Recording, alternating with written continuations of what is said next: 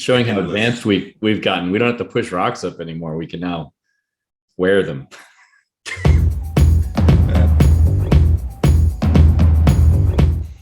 Hey, embrace the suck. Welcome to the battlefield, to the boardroom. You are here with Philip Folsom, Garth Massey.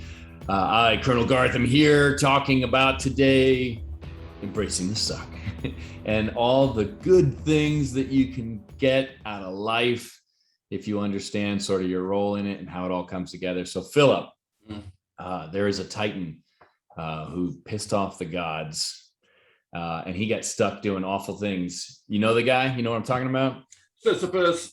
So if you don't know the story of Sisyphus, essentially, if you offend the Greek gods, they punish you with eternity of damnation type stuff. And in Sisyphus's case, he was given eternal toil, tasks that last forever. And his specific job was every morning he would wake up and there would be a rock at the bottom of a hill. And he would have a compulsion. He would have an unquenchable desire to push the rock up the hill. He could not do anything. He could not spend time with anyone, eat, drink, do anything except push the rock up the hill. He was so compelled to do that labor. But no matter how hard he pushed, no matter how far he got, he could never get the rock to the top of the hill by the end of the day. And he would fall asleep. And when he would wake up, he would be back down at the bottom of the hill again. And thus he represents the Greek myth of eternal struggle and how just endless and painful all this stuff is. And that's the suck. But where does that get us? Hey, there's a couple other kind of brutal Titan stories. The obviously Atlas, right? Arguably worse than Sisyphus. He's got to carry the whole world. Yeah. So, I mean, that one's pretty bleak. And then Prometheus. Yeah, getting chained to the rock. So don't help people. Anyway, that Titans are a bummer, right? Don't be too strong, otherwise you risk the hubris and punishment of the gods. Right. Maybe another topic, but Sisyphus. So yeah, this was years ago. You did a short talk with a corporate group about actually, instead of feeling sorry for Sisyphus and his endless labors that seem like they're going nowhere, finding meaning in that. And I think that's sort of that may be the angle approach to make sense of this burden. And even Jordan Peterson, he says that the secret to life, finding a life of meaning, is to find the heaviest burden you can bear and bear it.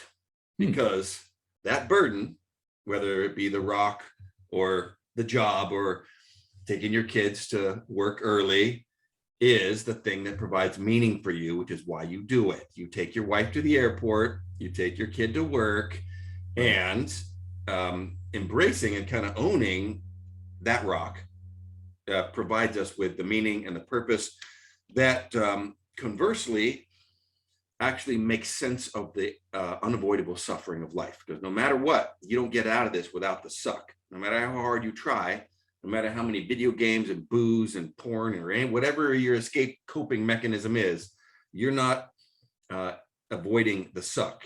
You're only temporarily dodging it. So that rock's going to get you at some point. So finding meaning in the journey up the hill is, I think, central to that. Yeah. And so the way we talked about it is that, in fact, Sisyphus may be the happiest among us.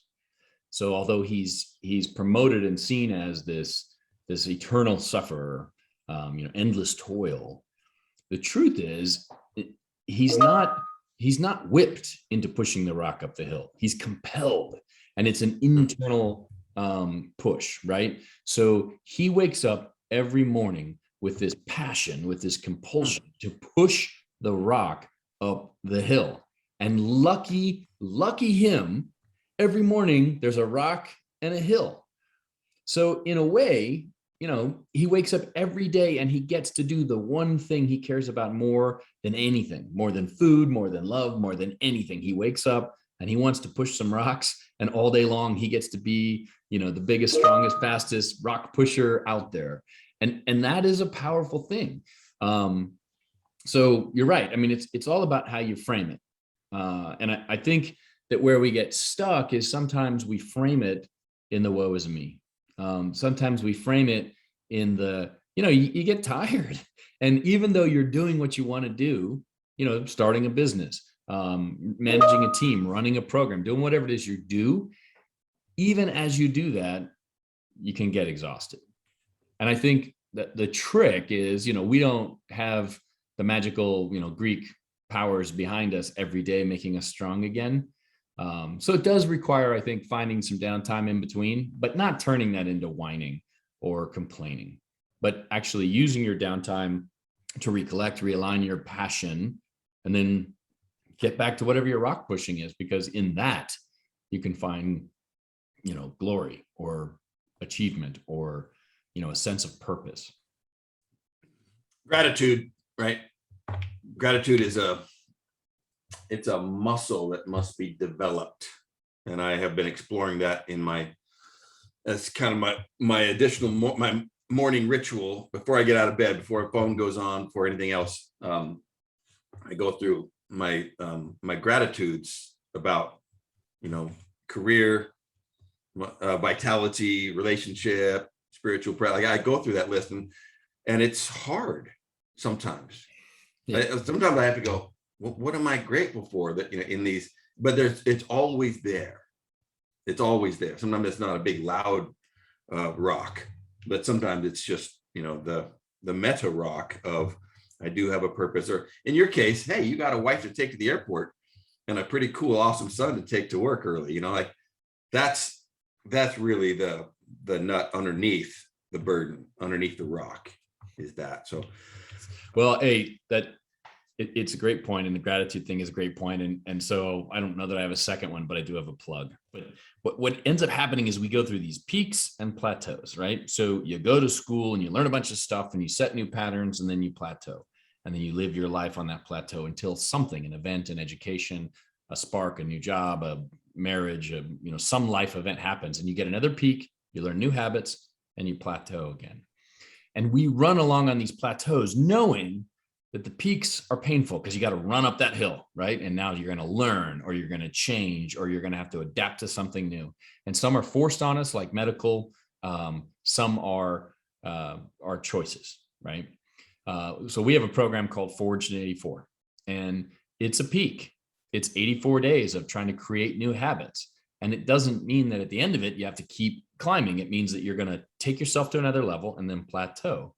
And one of the things we do in the Forge in 84 is you have to do daily gratitude. And to your point, some days it is really, really hard. And the last time I went through the program, I made it about 40 days, and I realized I had nothing that I couldn't, I hit this well of like, I don't feel grateful for anything right now. And then it occurred to me, it's because I stopped paying attention. Like I had gotten into the routine, and I was cruising along and trying to just get someplace else, that I wasn't paying attention and I wasn't present in my own day.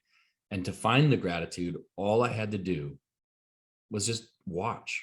And I mean, there are so many things to be grateful for in every day, but not if you're not looking for it. And we don't look for it until we get to this kind of moment of learning that drives us to that next level. So look for short-term challenges that drive you up a notch. Look for organizations. Your K4 group is a great one online. You join the group, you challenge, you write a passage, and then you plateau. And then maybe you participate for a while, and then you do the next challenge and you plateau. You go through the Forge in 84 with the team, because you can't do it by yourself, for 12 weeks. It lifts you up one level, and you play at a different level for life. Doing those little challenges, exposing yourself to these, chunks of new ideas, helps you to maintain presence. And the maintenance of presence helps you to maintain gratitude. And the gratitude is what makes all of this. The suck makes sense. The suck makes sense. So embrace the suck, make sense of it where you can, right? So recognize that, one, if you're doing something you feel a compulsion for, how fortunate you are. And if you picked that thing, get at it, push some rocks, but don't push rocks and complain about it at the same time.